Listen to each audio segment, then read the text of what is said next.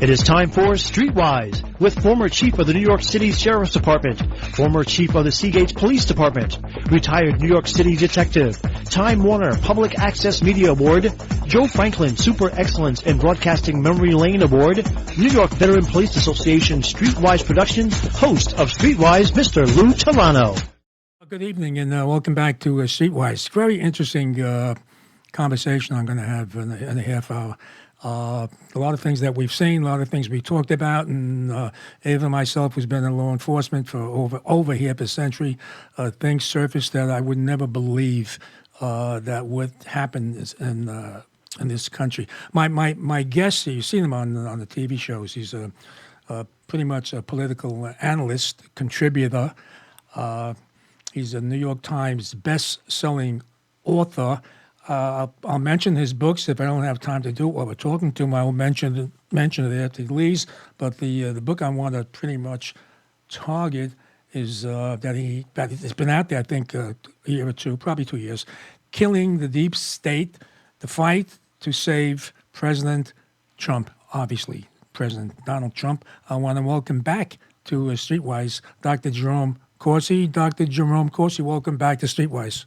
Oh, Lou, great pleasure to be back with you. Thank you very much.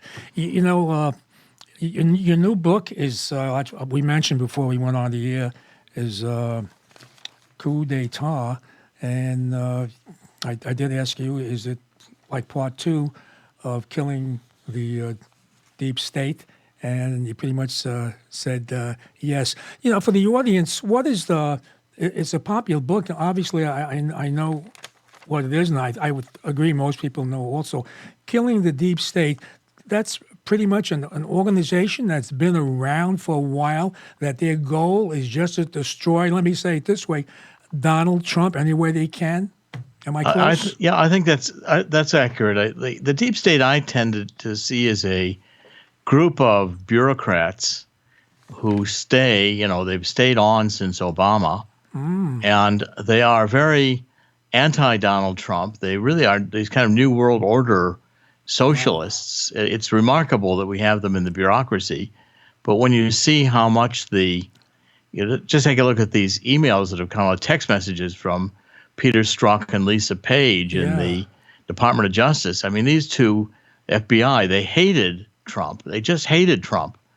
And over years, Lou, I'm sure you have more experience than I have with your background in law enforcement, but the FBI was always regarded as, a premier law enforcement agency in the United States. And to have it become so politicized, I think James Comey is a disgrace.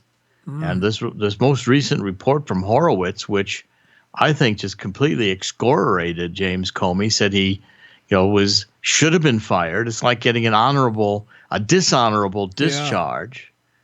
And so my new book, which is a coup d'etat, meaning, basically that's French for an overthrow of the government. Yeah. And the subtitle is the Exposing the Deep State Traitors and the Plan to Reelect Donald Trump.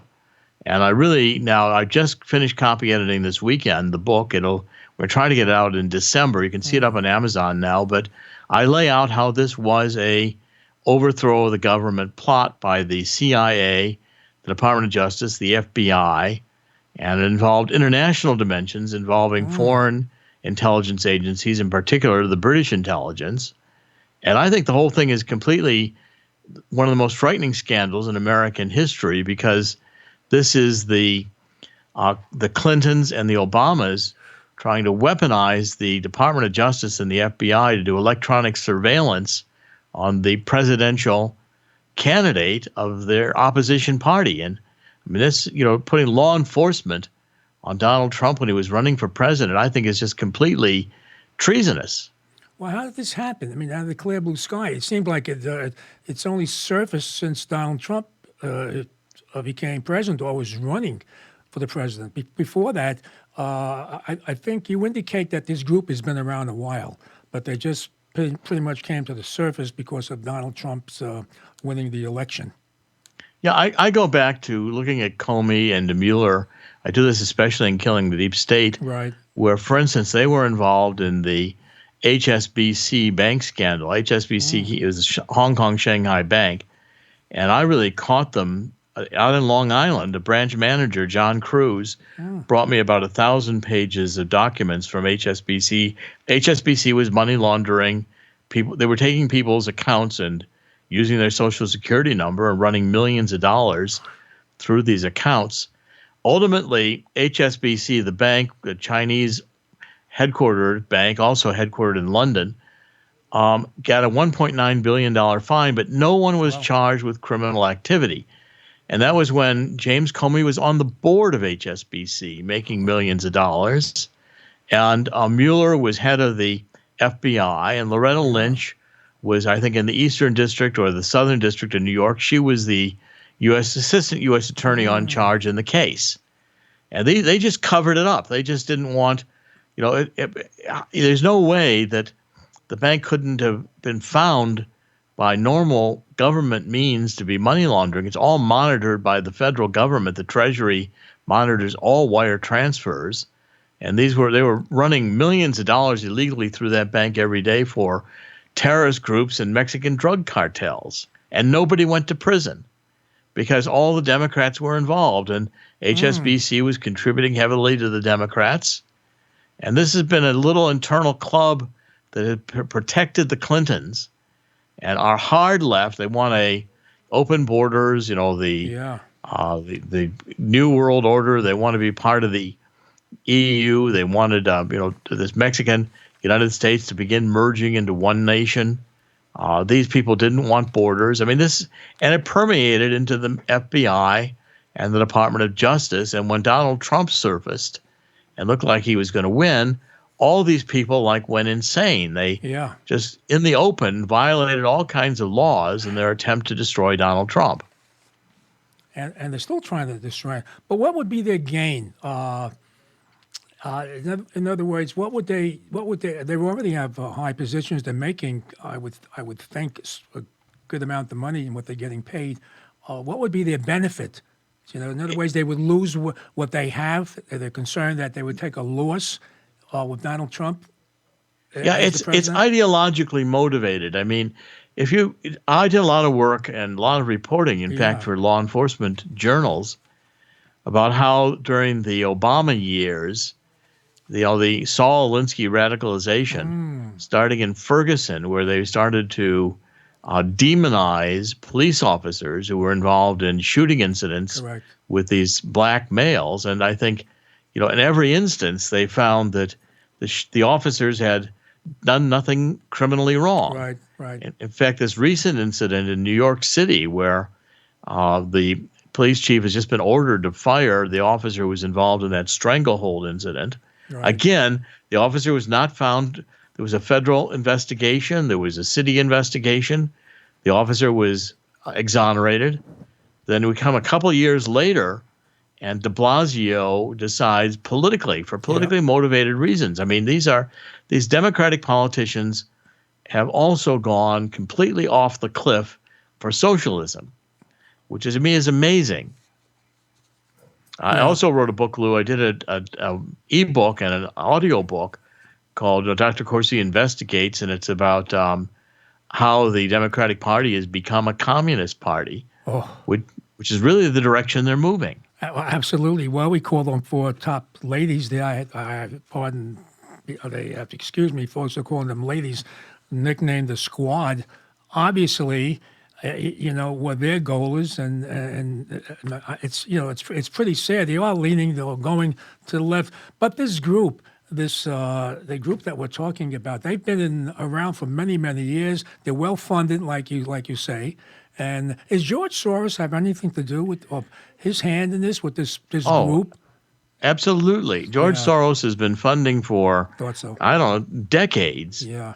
Groups that that were the origin of Black Lives Matter, the origin of these ideas that blacks are punished by the criminal justice system. I mean, even Biden, who under the Obama administration passed a law which extended the criminal penalties for a lot of the crimes that blacks are convicted of.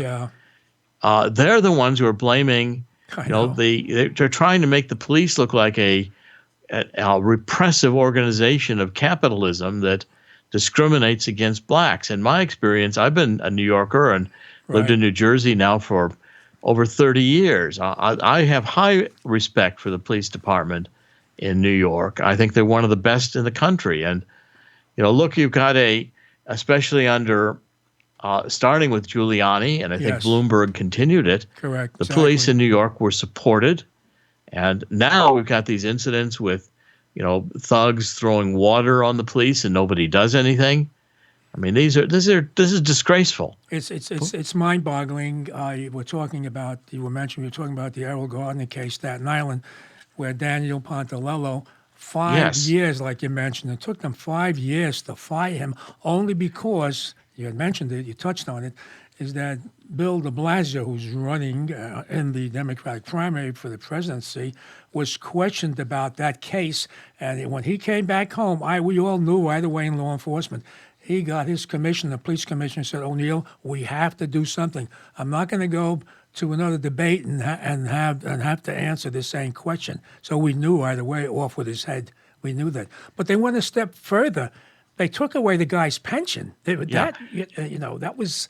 It's really out to get him. Now, of course, he's got a great appeal. At least I think, just based on what O'Neill said. Because O'Neill said, well, pretty much, I would have probably done the same thing. So I hope he did that intentionally. To help him. I think he appeal. did. I mean, look. This to me is disgraceful because it impacts the entire police force. Yes. All these incidents make a police officer wonder if they're involved in an incident in the street, is it going to be the end of their career if they make the wrong move? And so they hesitate. Well, the police have done a remarkable job, and our police forces in New York and New Jersey are very integrated. They're very much representative of the communities. They are. There's a lot of training that goes on about human aspects of their jobs. These police officers, I've spoken with many of them in New York, many times, and they're always the decent, the best people you could find, and ready to help in a moment. If police start thinking that their jobs, their lives, and their careers and their families could be destroyed, they're going to hesitate. And that's not what you want in terms of protecting a community. Ultimately, it increases the tension racially. It increases the danger for the minority communities in New York. This was the intention of the Obama administration. And when you get people like de Blasio, I can't believe how many socialists we've got now in the bureaucracy, because Eric Holder, as Attorney General, Loretta Lynch, went right along with the de Blasios in demonizing the police. Do you think that actually we both know these people that we mentioned commit a lot of crimes, many of them federal crimes. Do you think down the road, when Donald Trump gets reelected, do you think any of these people that we're talking about for the crimes they committed will ever be prosecuted? Well, Lou, I think they will. I mean, I wrote in Killing the Deep State, and I wrote that book in 2017. Correct. And then I, just to finish this coup d'etat, I repeat the argument because I think it's clearer.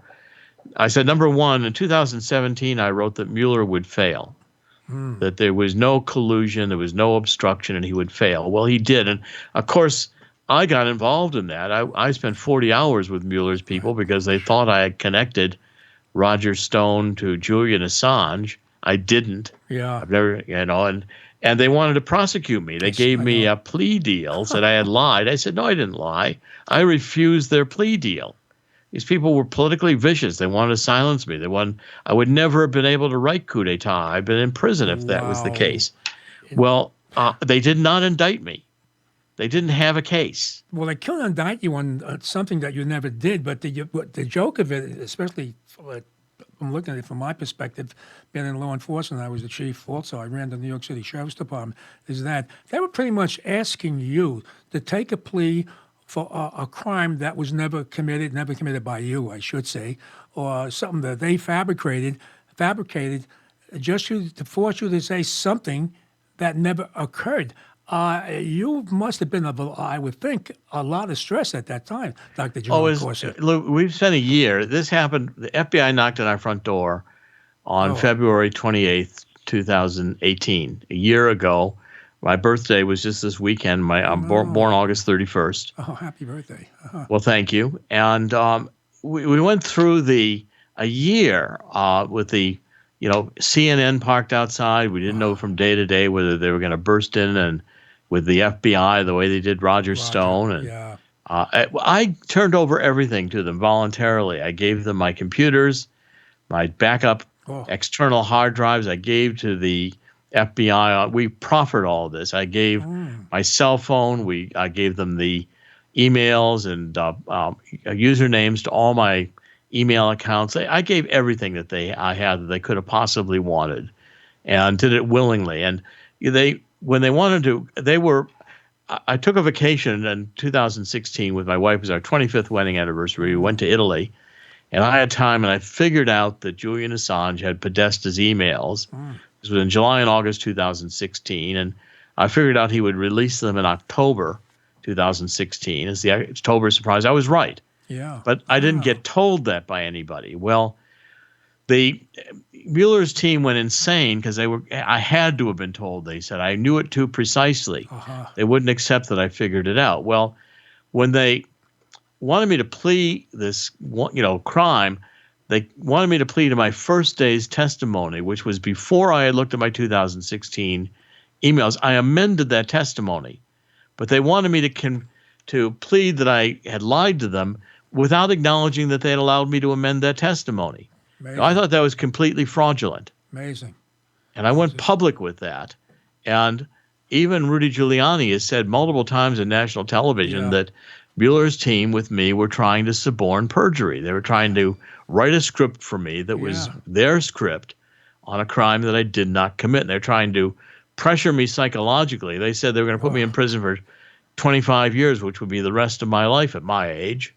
I now just turned 73.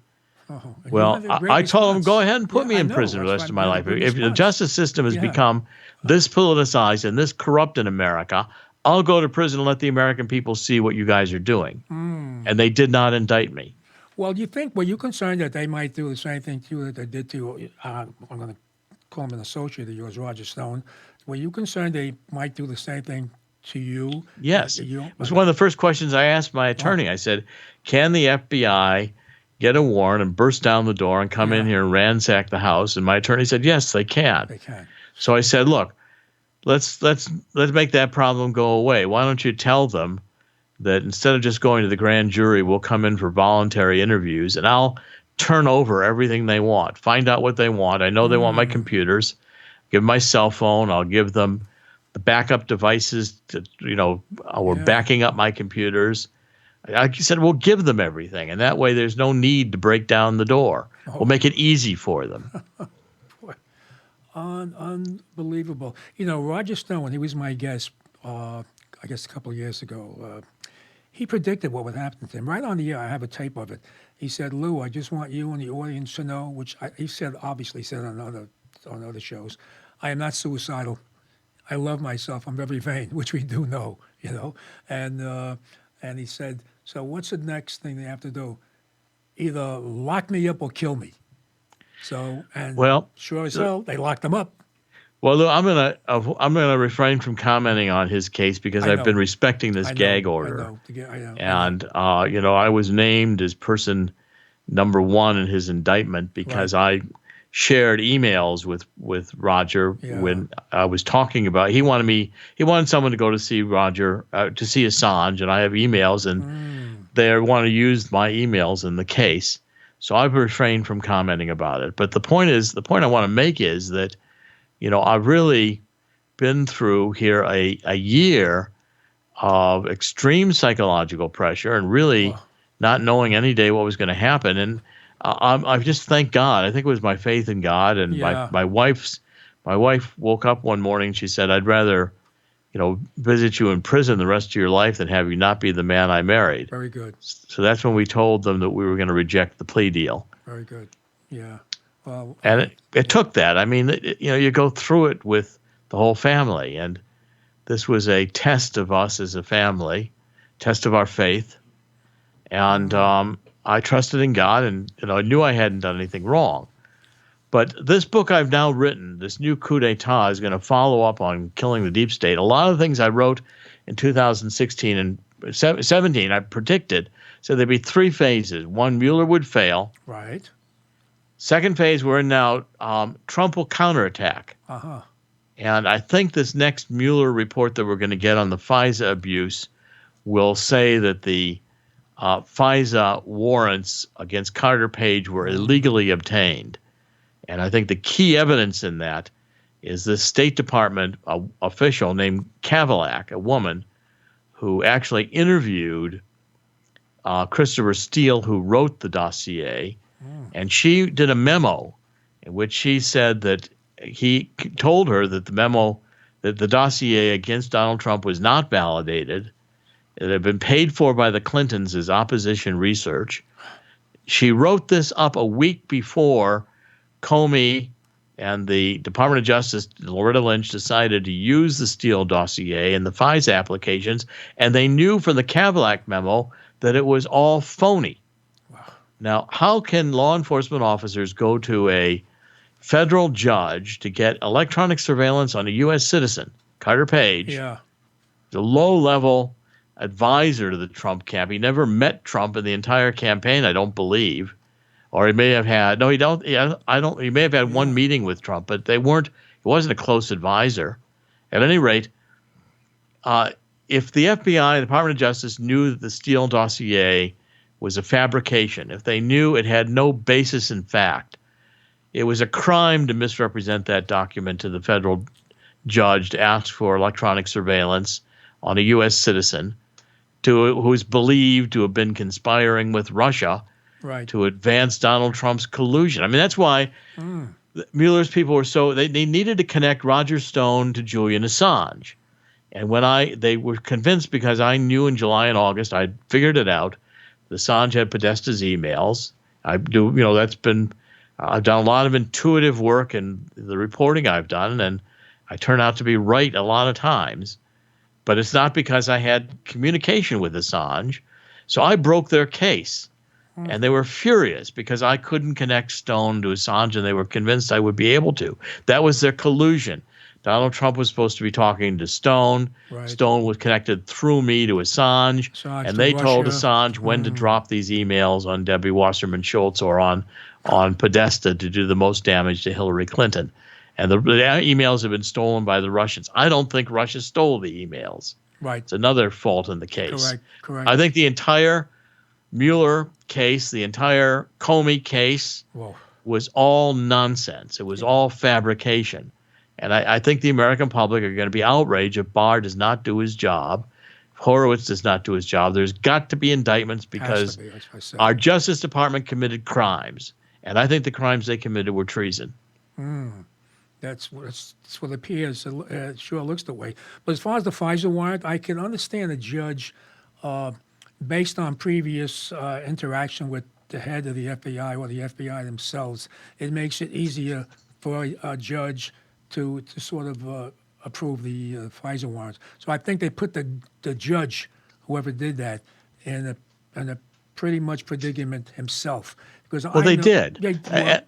What they did was they knew that the judge would rely on the FBI. Exactly. And so then when the FBI comes forward and says, Judge, we have, the FISA applications that we've seen, the first one had verified put across. The FBI and Department of Justice wrote verified under the application as if they had proved the evidence here.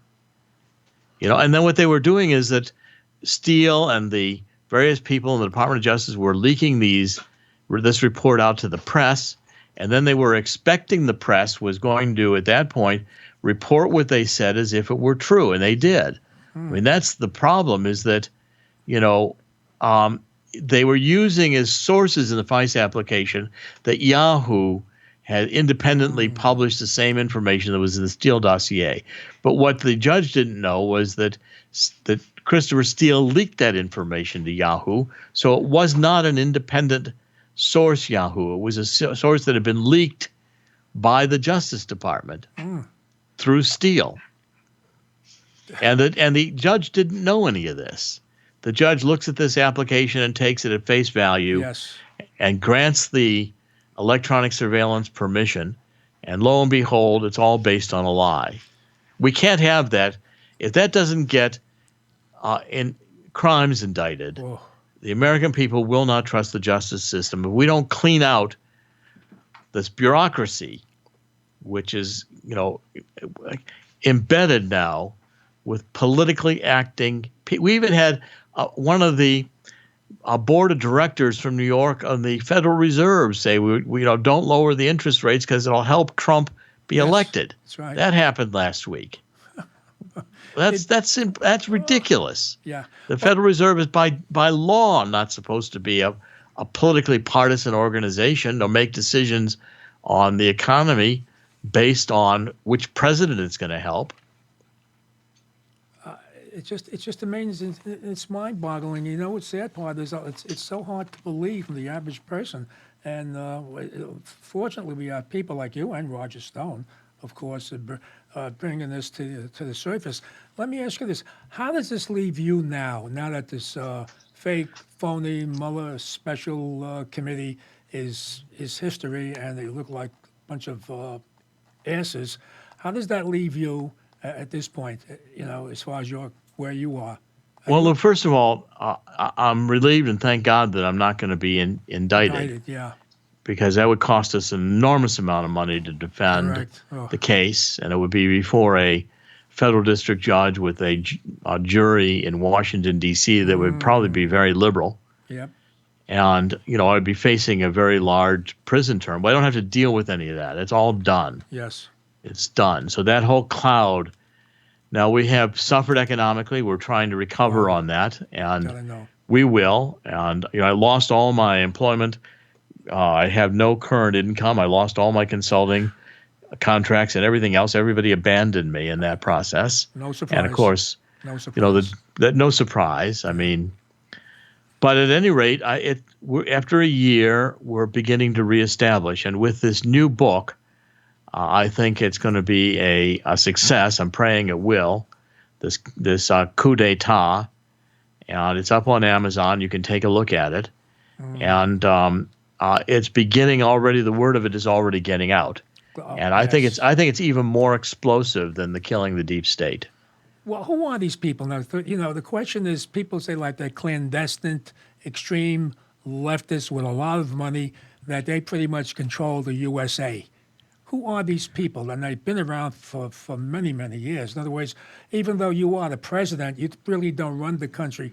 Whoever they is, pretty much dictate how the U.S. or how our government is run based on their input, their power, and their money. Who are these people exactly? Well, I mean, clearly the Soros funding a lot of these, public interest groups, which are really, funded by Soros to be politically active, to advance a socialist and communist agenda. It's shocking to me, Lou.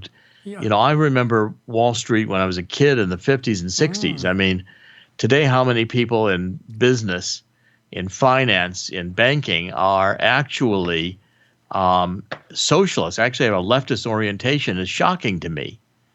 I mean, I find that very hard to believe, but it's true. It is hard to believe. And this would never, I tell you, a lot of these things would never surface if Donald Trump was not elected president of the United States. And the universities today also shock me. I mean, these kids are being taught a socialist agenda. Right. And they're being taught Communism 101. I thought in my life, when the Berlin Wall came down in 1989, I thought finally we had done away with communism. But it's coming back. And I'm working on another little book called The Little Red Book of Democrat Socialist Lies. And I did one ebook already. It's out there on Amazon. And Dr. Corsi investigates how the Democratic Party has gone communist. It's shocking to me because the Communist Party today, the communists are socialists in the Democratic Party. Bernie Sanders, Elizabeth Warren. I mean, they're out there with obvious socialist agendas, and they don't even try to hide it. No, not a problem. They don't even try to hide that they're anti-Semitic. It's just that upsets me. I've been to Auschwitz twice, and I've spent a lot of my writing and a lot of my career, studying Nazi Germany and the Holocaust. And I've been to Israel so many times. To Yad Vashem, and I've been to Israel many times. I'm Italian, Irish Italian. I'm Roman Catholic. Right. But I know what the Holocaust was about, and the anti-Semitism, the hard left embracing, the Palestinians, the anti-Israel hatred is again shocking to me. I mean, these people have got to wake up. Israel has been our really only friend in the Middle East in that part of the world. Yeah. Since 1948. Yes, exactly.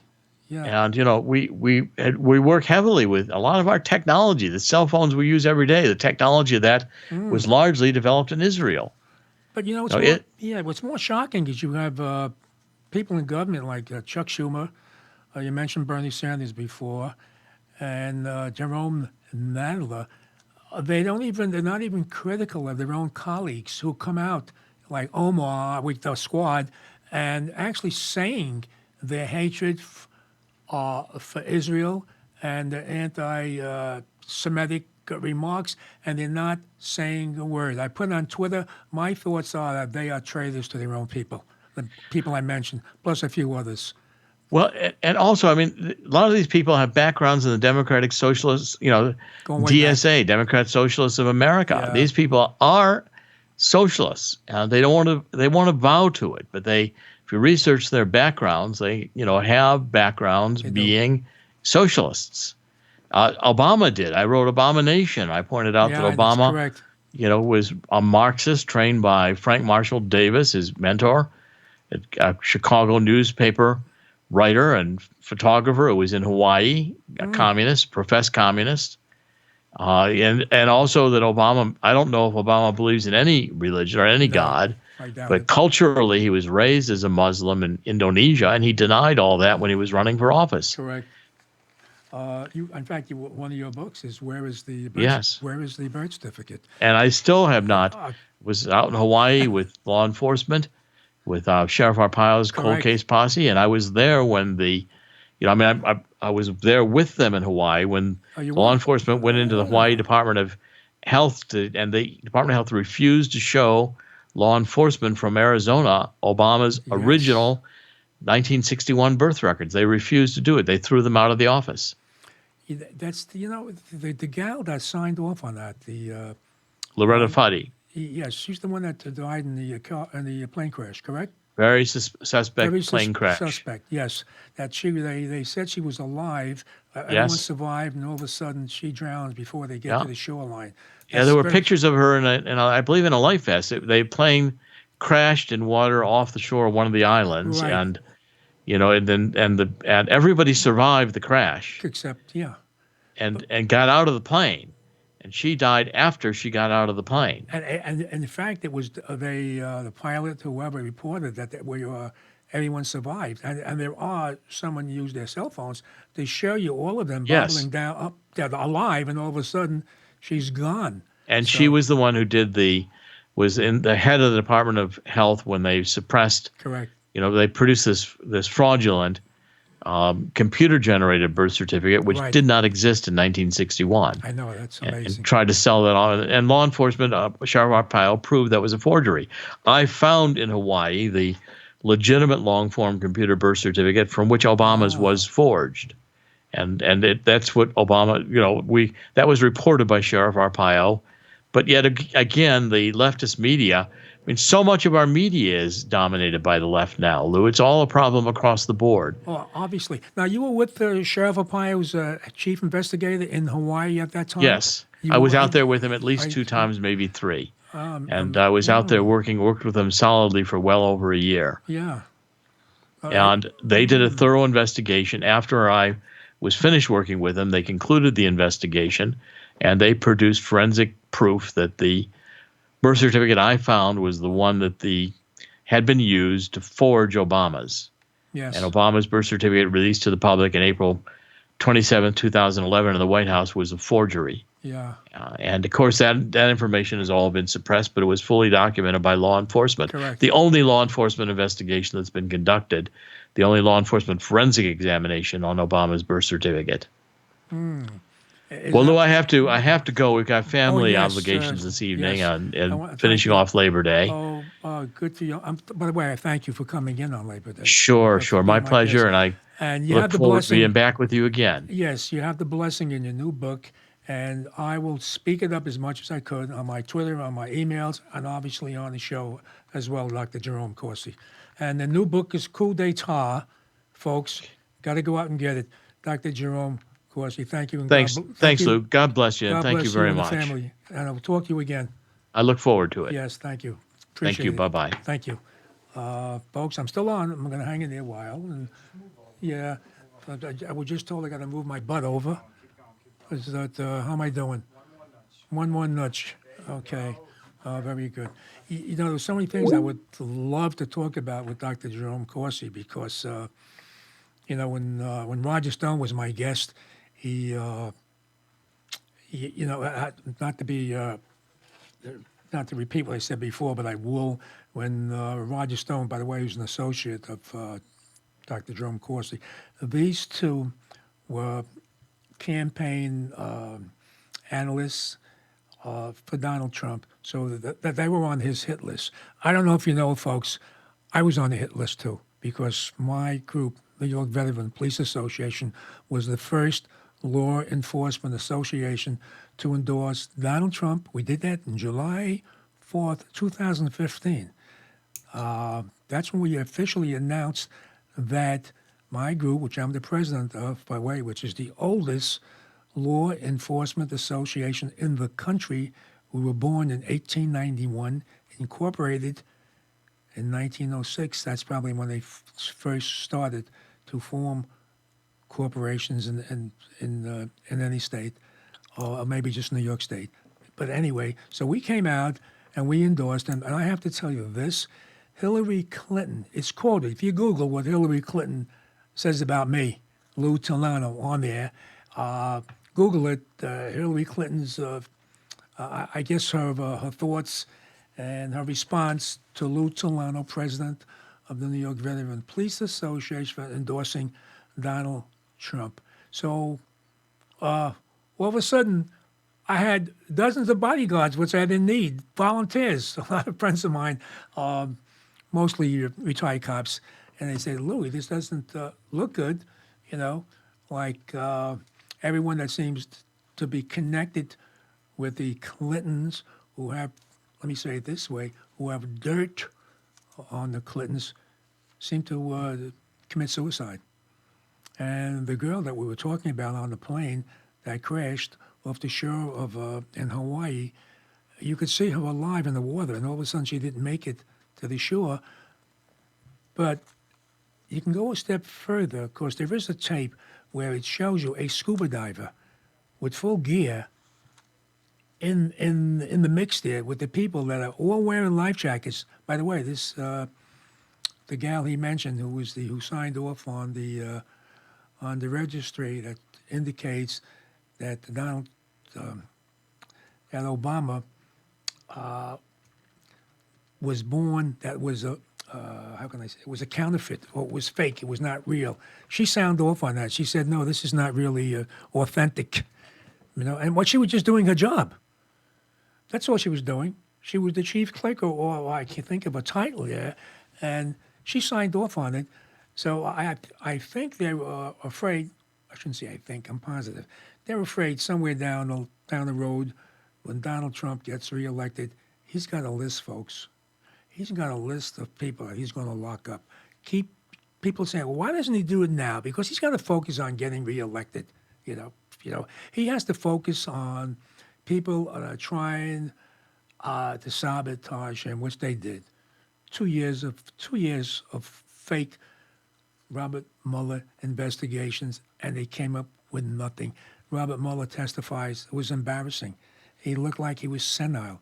He's like Joe Biden running around. It's like Joe Biden trying to address a crowd, getting his dates mixed up, you know, fabricating things that where he was, and it was impossible for him to be there. He was under fire in Iraq, and he's got his years mixed up, and then he was not under fire. So anyway, Robert Mueller came off pretty much the same way because they had nothing to report.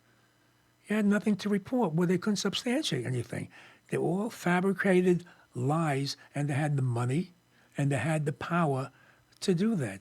So, and I've said it before, I said it on my radio show here on Long Island, is that my concern is they couldn't prove collusion with Donald Trump. They can't prove he's a traitor. They're going to his income tax, which is a joke, So what's left for them to do, folks? That's what I'm afraid of. I am actually afraid of what they, in their mind, may have to do to avoid getting locked up. Because there's a lot of people, believe me, top people that we know, Loretta Lynch, Holder, the AG, the U.S. AG. We keep Hillary. Bill Clinton, no, because he's just a follower. Hillary she wears the pants in that family, and we can see that. So if anybody's going to go for committing crimes, it'll be Hillary Clinton in that group. The whole group was dirty. They filed for a phony FISA warrant to go after Donald Trump, and the poor judge, I can understand. You got a chief FBI coming before you and asking you to sign the warrant. I've done it as a detective. I got to sign just on my credibility that it's a Brooklyn Supreme Court or criminal court judge that knew me. I would go in his chambers, which you do, and you raise your right hand and you take an oath and you swear to an affidavit that you need this warrant, and you spell out the purpose of it. And if the judge knows you and he knows your track record and he knows your work, he's going to sign it. He's not going to do an investigation on it, and that's what happened. You got the head of the FBI going before a judge, federal judge. The judge is going to sign it just based on the credibility of the agency that has no credibility. So the poor judge got himself in the middle. But I think he's covered.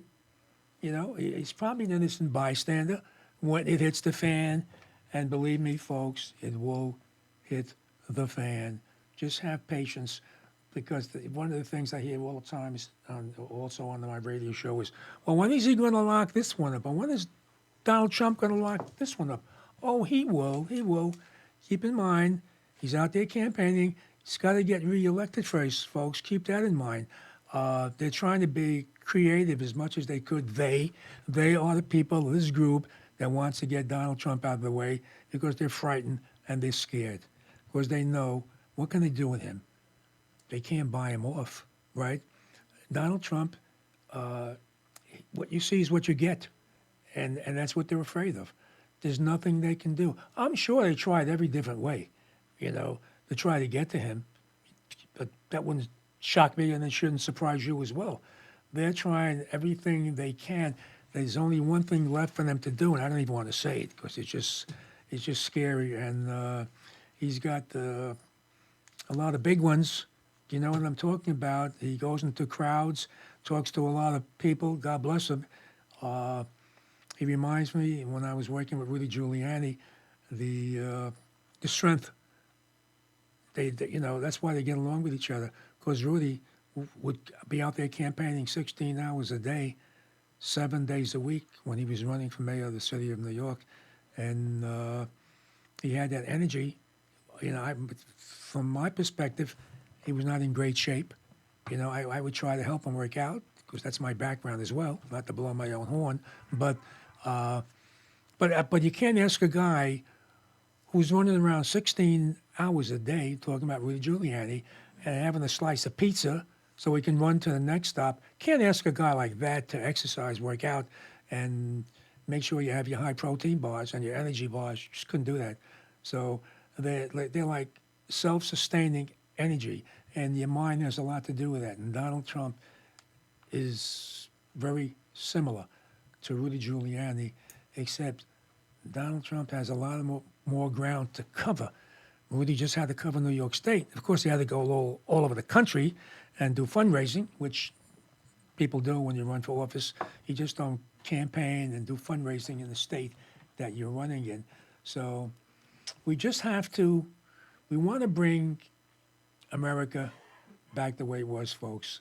And the only way we could do that is re-electing Donald Trump, because you could imagine where we would be today if Hillary Clinton would be our president.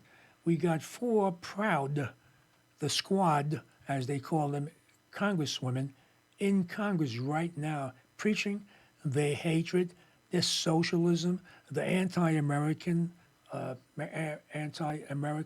if there's such a word, the anti-Semitic views, which they do, right under our face. So imagine if Hillary was there, and you got fellow congressmen who are, by the way, Jewish, names I mentioned, and not accepting, and actually accepting these congresswomen, their remarks about being anti-Israel. You can imagine if Donald Trump had said something just very, not even near what they're saying. It'd be all over CNN, MSNBC, New York Times. They would crucify him. So it's just amazing. But to get Dr. Jerome Corsi as my guest for 35 minutes on Labor Day, on a holiday, I have to compliment myself. So I must be doing something right. I had Roger Stone on twice.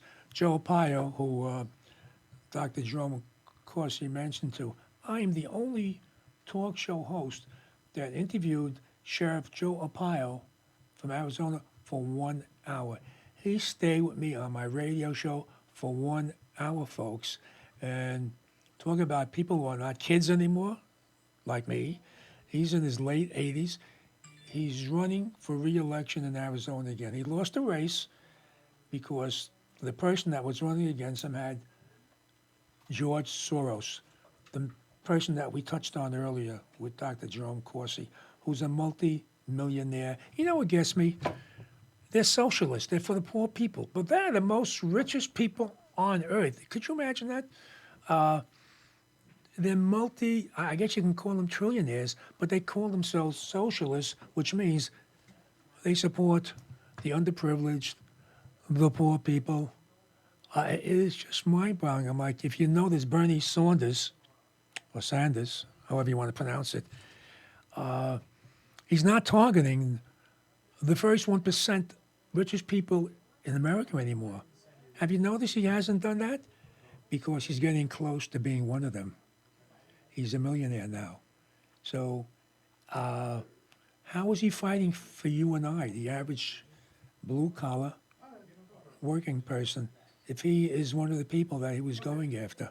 So, yeah, they're trying to bring socialism into a country. It was here at a lower level, but now they're pretty strong on it. And who knows? And you know what's sad? We're putting people in office like the squad who I mentioned in office. I hope they don't get elected again. And it's just Ocasio-Cortez doesn't look like she's going to get reelected again because the Democratic Party is not happy that she beat their leader in Queens. So they're going full steam ahead to knock her off. When I say knock her off, to not get reelected next year when she runs for Congress in the Queens and Bronx area. So what she's doing now is she's looking to run for mayor, and I think it's a year from now, or 2 years from now. She's looking for run for mayor of the city of New York. These are, I tell you, it's mind-boggling how people like her, Barack Obama, von Wilhelm, that's, by the way, that's de Blasio. His name is Wilhelm. Von William Wilhelm, and he changed his name to a grandmother on his in-law side. I think on his, definitely not his wife's side. That would be a joke, right? So on his folks' side, some in-law who was a relative, he took the Italian part of it. He did that for political reasons. But the point is, how do these people, how do they run a state, a city, or a country?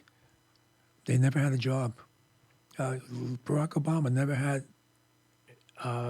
worked for anybody. He never ran a business. And yet he was the president of the United States of America. He has to run this country. How do you do that? By being unemployed all your life, living off of government. De Blasio was the same way. He was a city councilman. These people are professional. They're professional politicians that live off our taxes. We pay their salary. We pay their benefits. And then we put them in as our leader. How is that done? It's mind-boggling. How do you become a manager or administrator when you never were even employed? You know, they just were talking about some of these people. They didn't even have an ice stand selling ices on the corner when they were little kids. They did nothing to make money. They always somehow finagled and were able to live and survive off government. And they're doing that. Ocasio, of the woman we're talking to before, who was our congresswoman, what was her previous occupation? Bartender in the Bronx. She was a bartender in the South Bronx. She's dictating law. Does that shock you? Shocks me. She was able to, using the word interrogate someone in during one of the congressional hearings. She was questioning somebody that was the head of the Border Patrol or ICE, either one, 30 years, who was in law enforcement before she was born, and she is interrogating him. I give the guy credit because I would have said, I would have said something. You know, I would have said, "What's your credentials? What's your background?" Folks, there's a lot of things you don't know. These people are dictating law. She was the barmaid. She's dictating law in this country. You have to wise up. How do you put people like that in office? Think about it. Barack Obama was a community organizer, like Al Sharpton. We made them millionaires. How did a guy like Barack Obama, who never had a job, who got everything free, his college, that's another thing.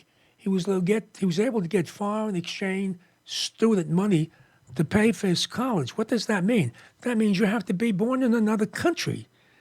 So Trump knows about this, folks, by the way. I mean, it's in black and white. And here's a guy that's eligible for foreign exchange student monies to go to college. Of course, this country does that, right? And you have to prove that you were born in another country. So we paid for his college. By the way, somehow some people say Michelle is Michael. You know, so see them, Michelle Obama. Robinson, that was her maiden name or his maiden name. And we paid for his or her college as well, too. And you know something? When Barack Obama became president of the United States of America, him and his wife paid off their student loan. Now, could you imagine that? It's not embarrassing. Is that embarrassing? And if he were not elected president, he probably wouldn't pay off, or his wife, the first lady. Some people say she's the first man.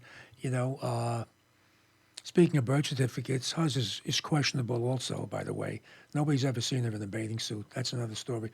The kids that they have were proven to be on loan from foster parents. That's all out there. If you want to Google, it's right there. Or go on Freedom of Information like I do, and I get all these facts from them. You know, but I'm just going to drift a little bit because I mentioned Michelle or Michael Obama.